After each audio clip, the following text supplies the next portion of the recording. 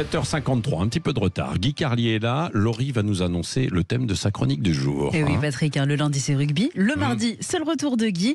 Alors aujourd'hui, il nous raconte l'histoire d'un couple qu'il a espionné dans un café hier midi. Bonjour Guy. Bonjour Guy. Bonjour Laurie, bonjour Patrick, bonjour à tous. Alors c'est vrai, je commence ma chronique le mardi maintenant. Je voudrais d'abord dire à nos auditeurs d'appeler leurs amis qui par hasard, les malheureux, ne nous écouteraient pas. Il y en a encore qui écoutent d'autres stations.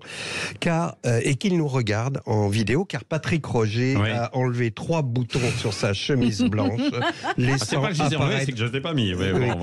apparaître un torse puissant et velu qui évidemment trouble les femmes. Ça fait partie de notre campagne de publicité.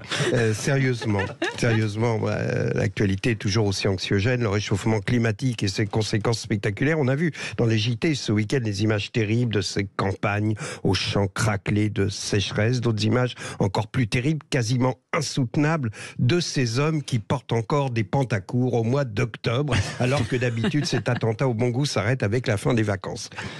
Hier, à l'heure du déjeuner, comme vous le disiez, Laurie, sur une terrasse de la place Saint-Ferdinand à Paris, un couple à la table d'à côté. Lui, cadre financier, visiblement chemise blanche, cravate et pantacourt. Et il racontait son barbecue du week-end. Vous vous rendez compte, Pauline, un barbecue en octobre, quand on y pense, c'est terriblement angoissant, ce réchauffement climatique.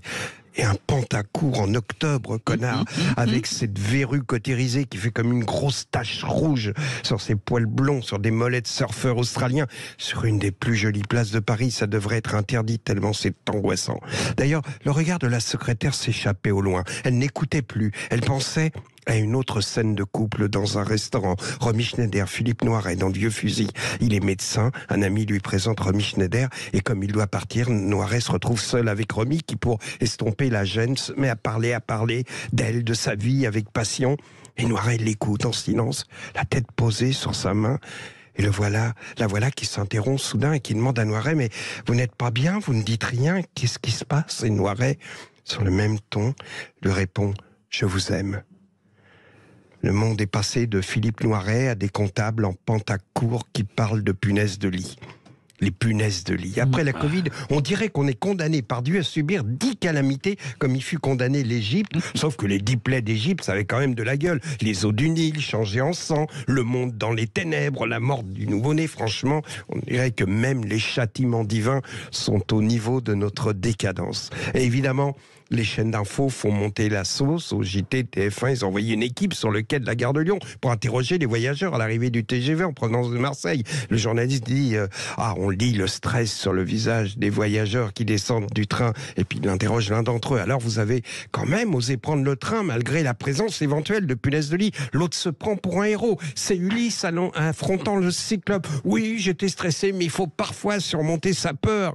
Notre-Dame disait oui, on y a pensé tout le long du voyage. Ça a été très pénible, tandis que ces 2 mômes se chamaillent à ses côtés pour un reste de paquet de chips. Et là, on comprend que le visage défait des voyageurs de la voiture 12 n'est pas dû à l'éventuelle présence de punaises de lit, mais aux punaises de TGV que sont les enfants rois des TGV, les mômes de ces dames qui vous regardent d'un air désolé, qui disent « Excusez-le, il est HPI ».